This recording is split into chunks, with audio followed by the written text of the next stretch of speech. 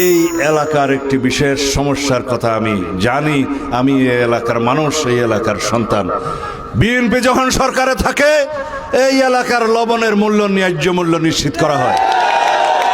অতীতে করেছে কিনা? ন্যায্য মূল্য নিশ্চিত করেছিলাম কিনা? ইনশাআল্লাহ আবারও আপনাদের সামনে কথা দিয়ে যাচ্ছি, বিএনপি যদি সরকার পরিচালনার দায়িত্ব পায়, আল্লাহর রহমতে আপনাদের সমর্থনে লবণের ন্যায্য মূল্য নিশ্চিত করা হবে অতীতের মতো। এই সরকার একটা অস্থায়ী সরকার, তারা না বুঝে আমদানির জন্য একটা অনুমতি দিয়েছে। আমি অনুরোধ করব, ঢাকায় গিয়েও সশরীরে দেখা করে অনুরোধ করব। আমি জেনেছি এই আমদানির অনুমতি দেওয়াটা ঠিক হচ্ছে না, কারণ ভরা মৌসুমে যখন আমদানিকৃত লবণ আসবে তখন আমাদের কৃষকরা ন্যায্য মূল্য পাবে না। সেজন্য আমি সরকারকে অনুরোধ করব যেন এই অন্যায্য আমদানিটা বন্ধ করা হয়। আমাদের কৃষকের কাছে যদি ন্যায্য মূল্যে তারা লবণ বিক্রি করতে না পারে, আমাদের কৃষকরা যদি ন্যায্য মূল্য না পায়, তাহলে আগামীতে তারা লবণ চাষ বন্ধ করে দিবে।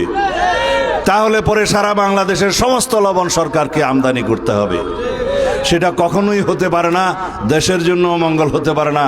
এই এলাকার মংনামা, রাজাখালী, কুতুবদিয়া, উজানটিয়া, বদরখালী থেকে শুরু করে এই কুতুবদিয়া, সোনোয়া থেকে শুরু করে মহেশখালী থেকে শুরু করে সমস্ত লবণ চাষের এলাকা, সমগ্র বাংলাদেশকে এই এলাকার লবণটা দিয়েই চলতে হয়। সুতরাং আমাদের লবণ খেয়ে যেন কেউ নিমক হারামি না করে। ইনশাআল্লাহ বাংলাদেশের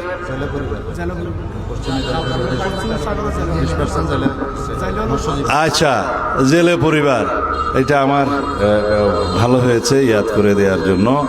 এখানকার মৎস্যজীবী যারা জেলে পরিবার, যারা সামুদ্রিক মৎস্য আহরণ করে জীবিকা নির্বাহ করে, তাদের যাতে জীবিকায় কোনো রকমের কোনো অসুবিধা না হয় সেরকম ব্যবস্থা নেওয়া হবে ইনশাআল্লাহ।